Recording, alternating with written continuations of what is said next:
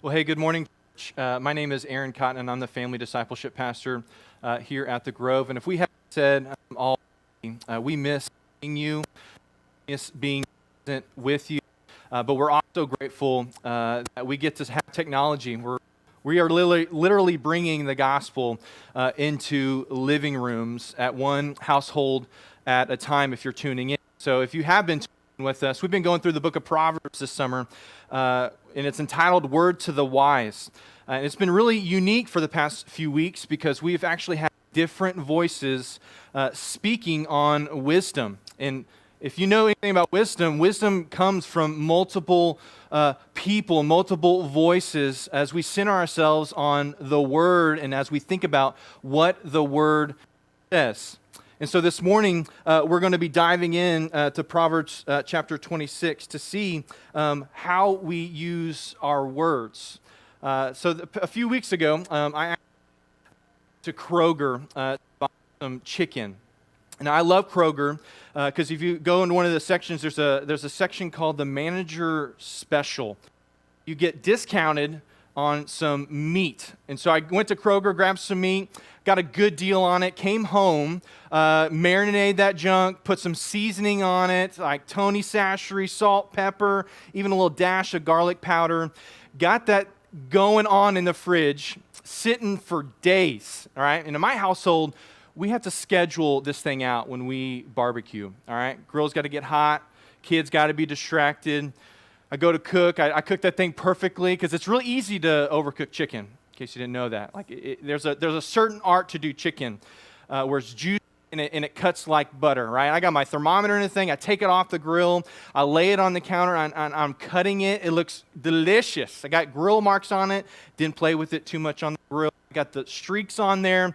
And I'm cutting it up for my son. And before I give it to my son, like any father would do, I have to do a taste test. So I cut into it. My mouth's watering. I put that chicken into my mouth, and initially there was a good taste. But within less than a second, maybe even sooner than that, there was this strong taste in my mouth. It wasn't the salt and pepper. It wasn't that delicious marinade that I had my chicken sitting in. The chicken had gone spoiled. It was rotten. Outside, it looked good. Even initially, it tasted all right. But quickly, it tasted literally like death. And then I was going to give that even to my child, unknowingly, unless I first digested it myself. You think, Aaron, why bring up this? Because in this passage alone, in Proverbs 26, we see at least 4 times the word deception or disguise appears. And just like my chicken, that is exactly what deception is. This exterior or on the outside, it looks like things are okay, but inwardly, there's these desires that have gone mad for approval or respect. And deception carries around masks, and we can all wear these masks. And when I even speak mass right now, I'm immediately thinking towards the time that we are in. Don't get all political on me, but we all can, in a spiritual sense, put on masks. But one thing I do know is that when I go to the grocery store, where once we didn't have to carry masks, but now we are putting on masks, there's a sadness in me because I'm not able to see truly all of people and all of their face. Like, I don't know if they're smiling. I don't know if they're giving me the look. I don't know if they're frowning at me. I don't know if they're joyful. And so there's this unknown as we relate to others. But church, today, masks are easy to see, but the spiritual reality is we all hide behind masks that hinder our spiritual walk in being all of who Christ has made us to be, which is even more sad to think about. But thanks be to Jesus, our living who tore the veil to give us access to the throne in honesty and in boldness. It says back in 2 Corinthians 3 where Moses had to wear a veil or a covering because God's glory was too much for the people to see. But in Jesus, this is our hope that this covering has been lifted. He covers us with His righteousness so we can find all who we are designed to be in Him. And so join me this morning, church, with an unveiled face, resting in the righteousness of Jesus, to behold the glory of the Lord. Because in this blending in, but it leads to transformation into who Jesus has designed to me. So the title of this morning is this: Deceptive Words, but also the Living Word. And so as we go through this passage, we're going to point out different masks that we can easily put on that hides where we're at. And the first one this morning is the jokester. I was really tempted to call it the Joker because I'm a Batman fan. So if your kids and that watching this, there's some similar connections between the Joker and what we're about to go through. That was free, just for you. All right, look at me in the Bible. Proverbs 26, the word says this: whoever meddles in a quarrel not his own is like one who takes a passing dog by the ears, like a madman, crazy person who throws firebrands, arrows, and death is the man who deceives his neighbor and says, I'm only joking. So the text says that this person goes and there's a fight going on. He takes the dog by the ears. Like, have you ever been in a position where you've had two dogs that are fighting before you? I grew up on a farm. I had two country dogs, and I knew you didn't in between them when they were eating. But for whatever reason, one day I just started getting after it, and I decided that I was going to be the hero of the situation, break up the fight. But soon to come find out, I came out with a gash to the ER and some stitches, because I should have known better. You don't involve your two dogs are getting after it. And the truth of it is, what Proverbs is telling us is that sometimes people need to be adults in their conflict. If there's a conflict type, sometimes the best thing for us is to entrust people to talk about things. I think it's appropriate. I think it's appropriate that conflict is unable to get settled. I believe in wisdom and a counselor to come in. But initially, what Proverbs is inviting us into is that for us to be able to solve conflict with a heart of reconciliation. But look how the jokester is described, or this madman, or this crazy person. It's described as one who throws firebrands, arrows, and death. Not working? Check. Rewind just a little bit, and we're good. All right. Just checking. All right. Hey, we're back. Speaking about this jokester, this is one of the crazy who lacks self-control. And the word says that he sends flaming arrows of death. They make jabs and say hard things, and when confronted, they say, well, I was only kidding. Like, can't you take a joke? And we use humor and we use joking to avoid taking responsibility in things that we maybe should actually be saying. It's when we say hard things and we know confrontation is right on the brink and we know it's about to get uncomfortable and awkward because of our lust for approval or for our lack of understanding of what true peace is. We revert to a joke. We say, I'm just kidding. And this person who is the jokester, it's really hard to know where they're at. It's really hard to know where they're coming from, because then it brings confusion. It brings disorientation, and it destroys community. Is when we use jokes and humor to alleviate situations where really they're situations where we need to lean in and invite others into repentance and believing in Jesus. In my time leading small groups or neighborhood groups or community groups, these smaller settings outside of Sunday morning where we get to do life with one another, it's really hard when there's a jokester in the room, because you feel like you have a sense of direction that the Spirit is leading you in. You're trying to facilitate where people are at and actually go underneath the surface rather than just hang out on the surface. And there's moments where as a leader you're navigating these things as you think you're making some headway into where Jesus wants us all to go. And in that moment, there's a jokester in the room. And then he cracks a joke, or she cracks a joke, and then the whole room is derailed. And then now that what we're tempted with is to lean into that joke and then go off into that direction and then never come back to where the Lord really had us to be. See, the jokester in the room isn't being used as an instrument towards holiness, but it's actually used as an instrument and as an obstacle towards Christ likeness. And so for you that are watching or tuning in, if you have the tendency to make a joke or for things to be too uncomfortable and make a remark, let me encourage you to lean into the uncomfortable. Lean into the awkward, because there in that moment when we seal our lips or guard our lips, we allow the community that God's placed us to be to go on an adventure and a journey that we've never been before. Now listen, I love joking. I love laughing. I love a good joke.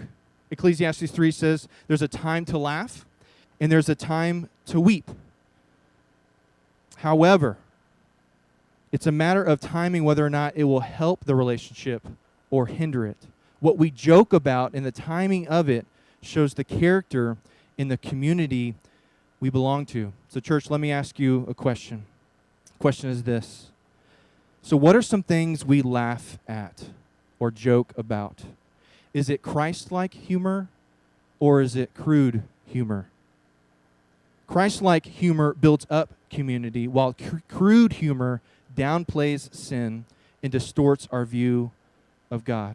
The very things that we laugh at or celebrate that fill our hearts with joy may indeed break the heart of God.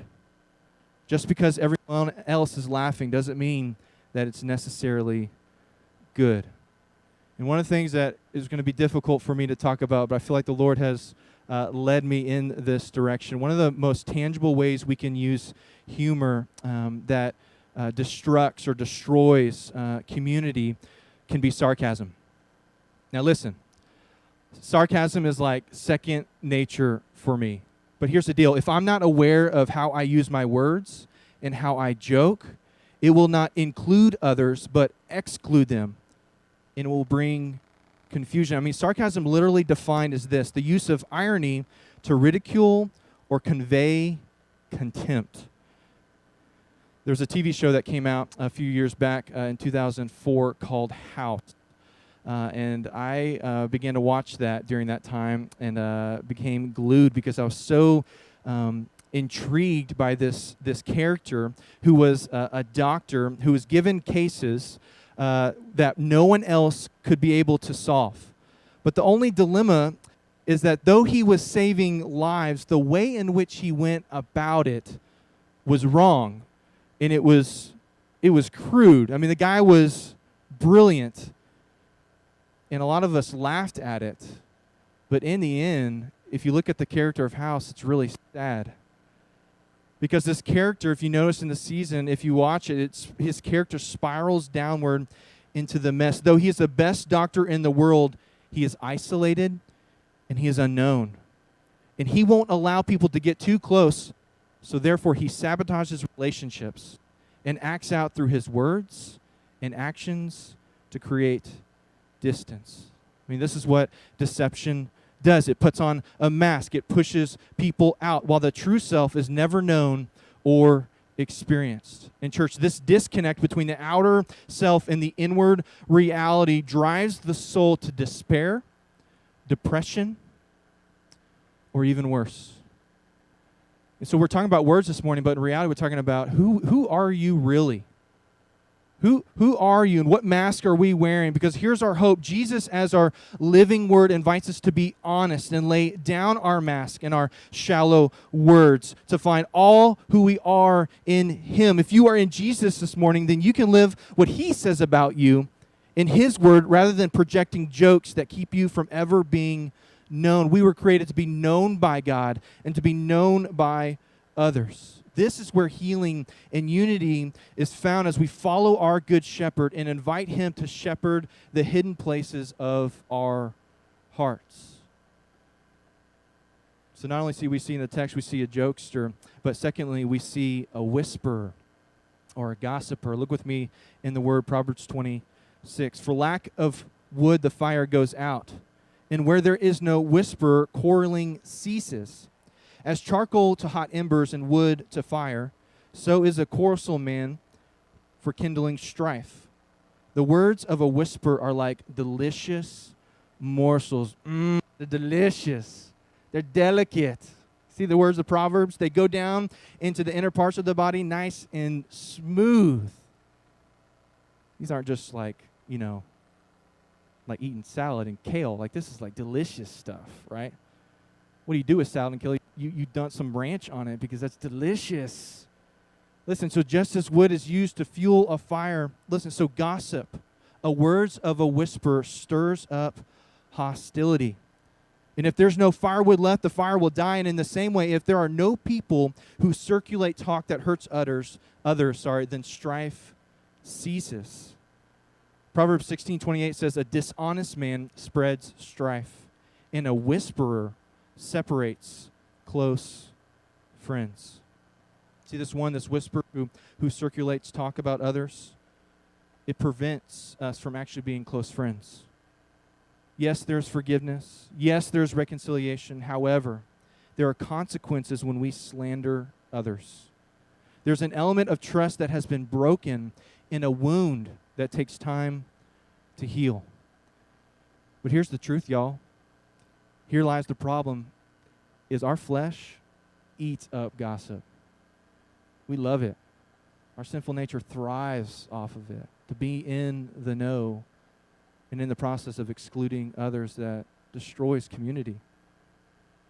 I mean, we see this in the grocery store. You go to check out in the aisle. You look to your left, and you see all those magazines, all the gossip, all the news on whatever celebrity or whatever it may be.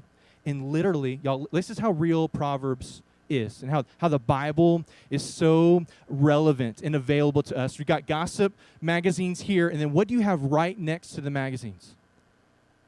Candy, Reese's Pieces, chocolate-covered peanut butter wrapped in gold. Because it's delicious. Delicious morsels, y'all. This is the book of Proverbs that literally our flesh, we take just as we would a gossip magazine, as we would do candy. And how easily we can jump into those situations and lean into those situations, that though it is delicious and delightful, gossip is destructive. And when these whispering words don't just sit in our palate, but move down to the inner parts of the body, as the Bible says, we digest these words. Meaning, when we receive gossip about someone else, then we now have drawn conclusions and view the other person being talked about through a filter that isn't fair. See, gossip is not only the issue of someone speaking or sharing things about others that aren't in the room, but it is also an issue of the one who tolerates it, the one who receives it. Church, look at me. Let's not even put up with it.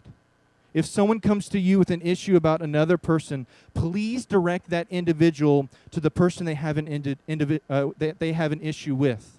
Let's not just kind of absorb those things and be the all-wise fixer-upper of the relationship. No, the Bible calls us to be loving towards them and to be a friend towards them and say, hey, if you got issues with somebody, hey, please go talk to that individual and do them the decency to respond how they need to respond. Y'all, gossip is deceptive. And it works its way into the church, especially when we use prayer request attached to it. I mean, this is how gossip spreads. When someone in the room says, hey, I got a prayer request, and it's about someone who isn't in this room. Have y'all heard what's going on? And now we've used prayer request and Christianese as a mask to stench the gossip that is being used as an instrument of Satan to divide and derail the people of God on the mission of God by turning us inward rather than outward. So we bite and devour one another. And the Lord's saying, you're missing it. You're missing it. Come join me. Church, let us not tolerate it. That's why it says in the book that these words of gossip is like a fire. I mean, can you imagine being in your house? I know it's like summer and it's 100 degrees out, but there's a season coming called winter. And when winter comes, that's usually when we tend to use our fireplaces. And can you imagine you light your fireplace, y'all doing y'all's thing, and that fireplace throws out an ember, and then that ember turns into smoke, and then that smoke turns into a flame? No parent in the house is going to just tolerate that. Hey, there's a hot ember on the carpet. Our house is potentially going to burn down, and then you do nothing about it. Like, this is the imagery that Proverbs is communicating to us, is that when we see something, we don't tolerate it, we put it out. James 3 says this, it'll be on your screen, about the tongue. How great a forest is set ablaze by such a small fire. And the tongue is a fire, a world of unrighteousness. The tongue is set among our members, staining the whole body, setting on fire the entire course of life, and it is set on fire by hell. For every kind of beast and bird, of reptile and sea creature can be tamed, and has been tamed by mankind. But no human being can tame the tongue. It is a restless evil, full of deadly poison. With it we bless our Lord and Father, and with it we curse people who are made in the likeness of God. From the same mouth come blessing and cursing. My brothers, my sisters, these things ought not to be so. It only takes a spark to ignite a forest on fire. In the same way, it only takes a passing conversation or one post on social media or one quote-unquote deceptive prayer request to destroy relationships in the household of God. Proverbs 18, verse 21 says, death and life are in the power of the tongue. Our words are powerful, y'all. Used for good and used for bad. In the climate that we ourselves find ourselves in this day in 2020 is like a bonfire. Our news feeds are chocked full of words and opinions that are debating masks in schools, in conspiracy theories, and politics that don't promote unity but actually divide and are rooted in a self-righteousness. And if we're not in check, we, the people of God, can be on Sunday singing songs to Him, and the rest of the week are using our words as an instrument of Satan, set on fire by hell that is causing destruction on those who are made in the likeness of God. My brothers and my sisters, these things ought not to be so. We are called to be on the mission of God in inviting all people, all different types of people, all the nations, to follow Jesus in all of life. So how do we do this? We listen.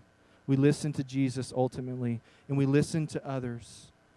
And we see where the gospel can be applied to hearts, because Proverbs 18 also says, a fool takes no pleasure in understanding, but only in expressing his opinion. When we are just about expressing our opinion, we are not a part of God's mission, but are actually an obstacle of it when we major in the minor things of the world. So James 1 says, let us be quick to hear, slow to speak, slow to post things on social media, slow to anger. For the anger of man does not produce the righteousness of God. I mean, even if you look at ourselves like biologically, God has given us 2 ears, 2 eyes, and 1 mouth. We should therefore see and hear more than be quick to spit out words. That's really hard to recover from, if we're honest. There's no Control Z. There's no rewind button when it comes to our words.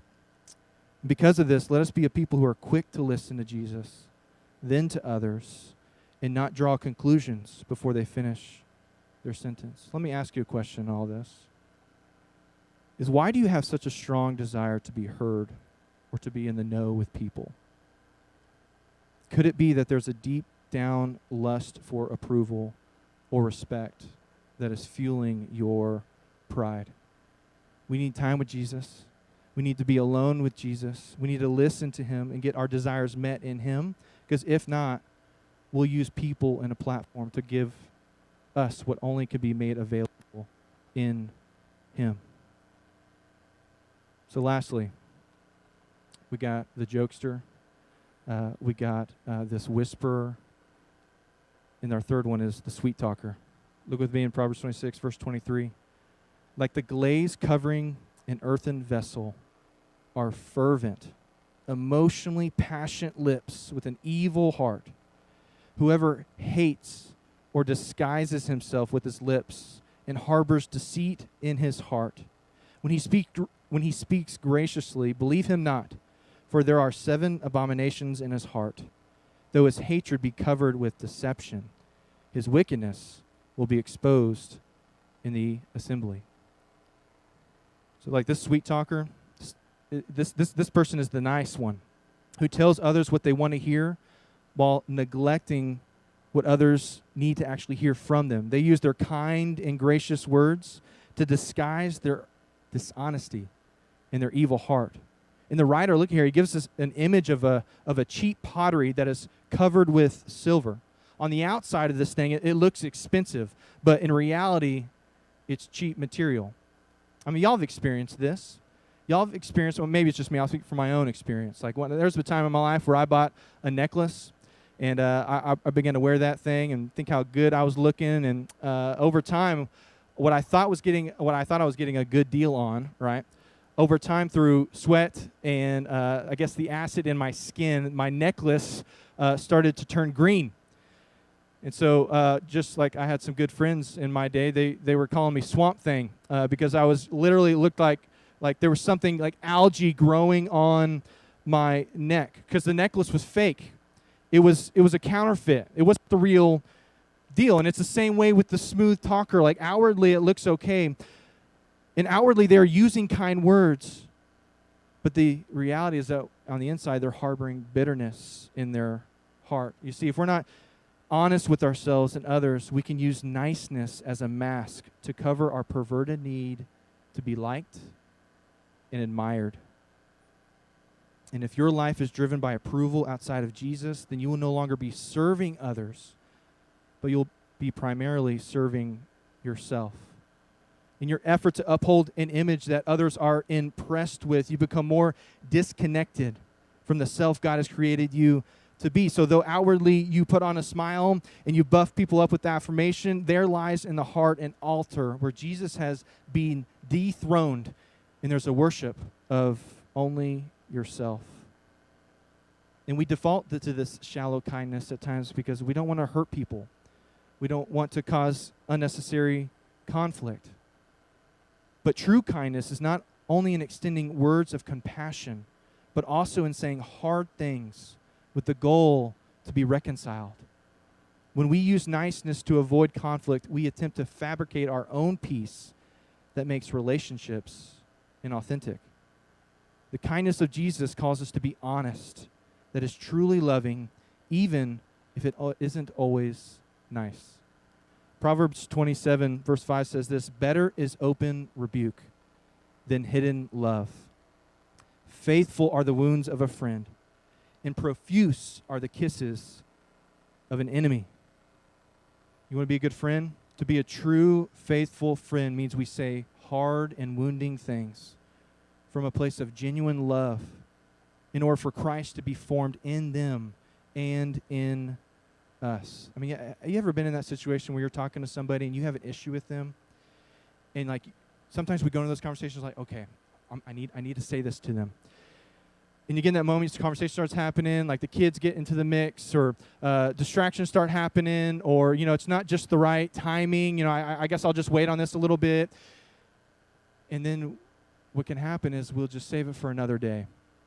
And when that happens, and we just save it for another day, we walk away from those conversations. And if we're honest, we feel guilty and a bit shady. Because in that whole conversation of time we're with people, we're withholding what is true and inviting them into ways that they can follow Jesus in deeper ways as we model before them what it looks like to take the step towards reconciliation. It's always going to be inconvenient to bring up things. Always. There's always going to be something that happens. And the enemy will use distraction to keep us from experiencing the community and the friendship that God calls us to be in and to walk with. So don't let him have it. Look at the person and say, hey, I know the kids are going crazy, and I know your phone's blowing up, and you're getting some text, or you're getting calls. I need to tell you something, and so before I leave, we need to have a conversation. And just leave it at that.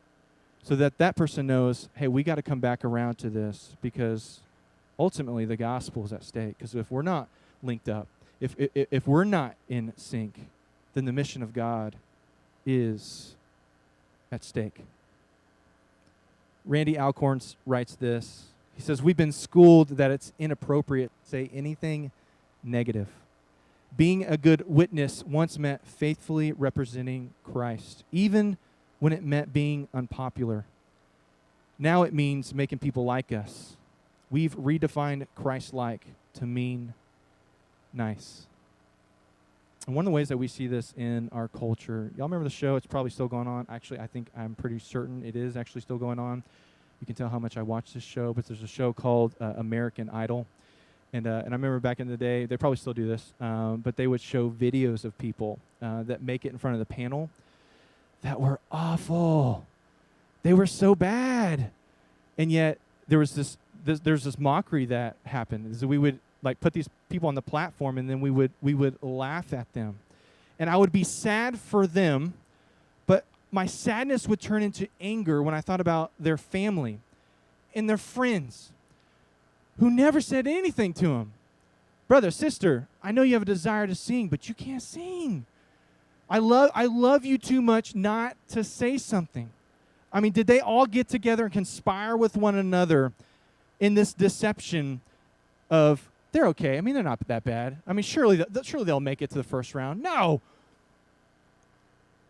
That's why God invites us into honesty. That's why we see in Proverbs 27, faithful are the wounds of a friend. It's wounding to tell somebody the truth. It's inconvenient. It's awkward. But where are the faithful, church, Grove Church, guest out there? Where are the faithful that wound with gentleness and respect for the sake of holiness?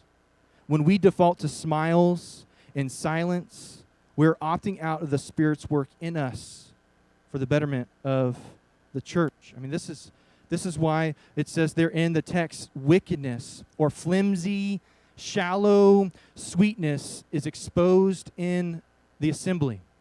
We need people around us. We need people speaking into our lives because there's blind spots. There's deception that is going on where people of wisdom and people with the Spirit are saying, hey, what's really beneath all that? Hey, I love you so much that I'm willing to say something about this. Because Satan wants nothing more than this, than to isolate us, for us to continue in deception. I mean, this is why he's known as the great deceiver. And what did he do in Genesis 3? He isolated them from the community of the Trinity, and isolated them from God himself and his wisdom and his input, and spoke lies. That's what the enemy does. And so God calls us to be part of a community. This is essential. Top priority is that we need people around us for us to be known by God and to be known by others.